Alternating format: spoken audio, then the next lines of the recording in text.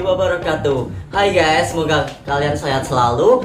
Kami dari IMSAKA Universitas Muhammadiyah Pekajangan Pekalongan mengucapkan Dirgahayu Republik Indonesia ke-75 tahun. Ya, dalam rangka Bulan Sehat Ilmiki, kami IMSAKA Universitas Muhammadiyah Pekajangan Pekalongan kami akan memberikan informasi mengenai COVID-19 yang mungkin teman-teman belum tahu nih, yaitu tentang isolasi mandiri pada pasien COVID di rumah. Ya, jadi saksikan video berikut ini. Nah, teman-teman, saya akan memulai dengan satu permasalahan yang mungkin sering muncul di benak teman-teman ya. Mungkin teman-teman ada pernah bertanya-tanya, mungkin bisakah pasien terkonfirmasi COVID-19 itu dirawat di rumah? Jawabannya itu bisa, tapi dengan beberapa syarat tertentu. Misal kayak gini, kayak pasien tanpa gejala, dia harus tetap stay di rumah, nggak boleh kemana-mana dengan anjuran dokter. Ya, terus untuk pasien yang dengan gejala ringan dan gejala sedang itu juga bisa dirawat di rumah, tapi dengan beberapa syarat tertentu. Misal dia itu usianya di bawah 60 tahun, terus dia tidak merokok, dia tidak obesitas, dia juga tidak mengalami penyakit lain kayak penyakit jantung, terus penyakit diabetes mellitus, terus penyakit paru kronis, ginjal kronis, imunosupresif kayak gitu. Terus juga untuk tempat isolasinya itu harus sesuai dengan standar lah ya. Maksudnya dia bisa layak untuk ditempatkan pasien untuk isolasi. Jadi begitu teman-teman. Terus mungkin teman-teman juga ada pertanyaan lain, misal berapa hari pasien COVID-19 itu bisa dirawat di rumah ya. Untuk pasien yang tanpa gejala itu bisa dirawat di rumah dengan minim durasi 10 hari sejak dia dites dan dia dinyatakan positif.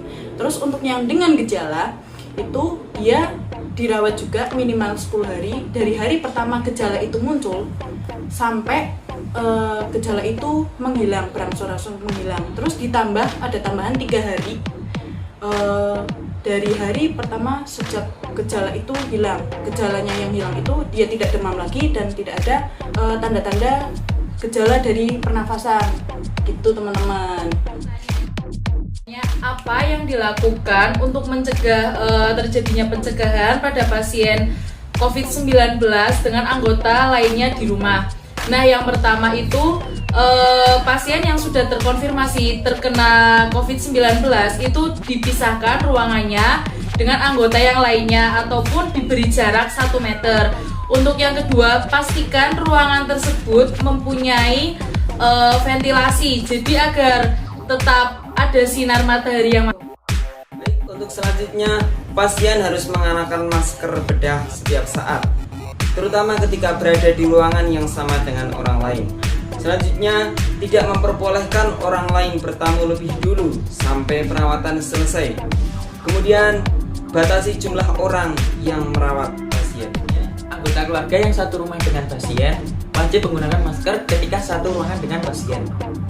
Tidak diperkenankan untuk menyentuh bagian luar masker. Setelah selesai digunakan, segera untuk dibuang lalu mencuci tangan.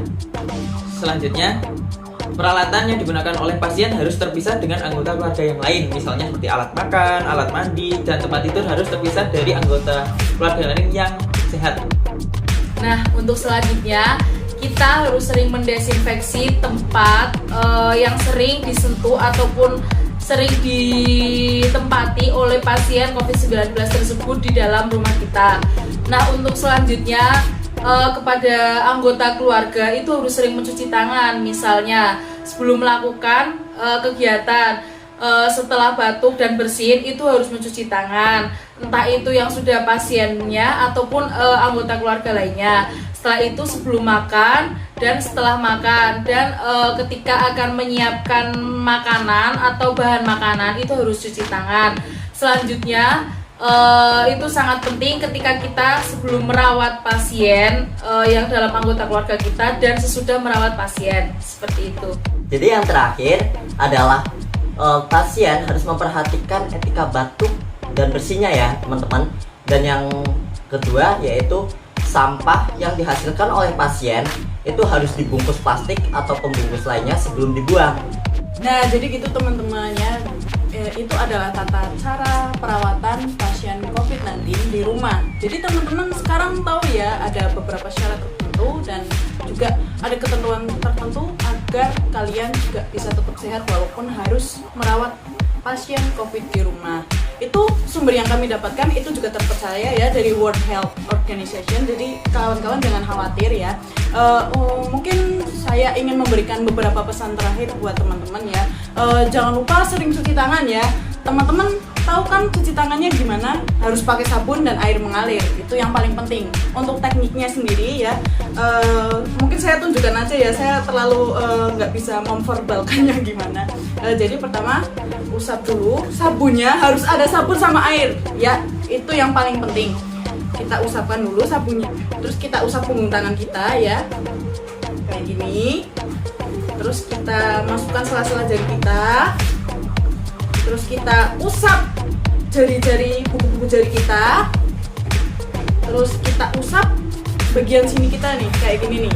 Nah, kayak gini. Terus kita usap kuku-kuku jari kita di telapak tangan. Itu selama kurang lebih 2 menit lah ya. Minim ya segitu. Nah, itu cuci tangan harus pakai sabun sama air mengalir. Itu yang paling penting. Nah, gimana teman-teman? Udah dapat informasi terbaru kan mengenai COVID? Apalagi tentang isolasi mandiri pasien COVID. Lah, ini yang bagi teman-teman yang masih keluar rumah, masih melakukan aktivitas di era new normal ini, jangan lupa ya, tetap menggunakan masker. Jangan lupa satu lagi yang dibahas selalu, hand sanitizer. Ini. Terima kasih sudah menyaksikan video kita. Wassalamualaikum warahmatullahi wabarakatuh.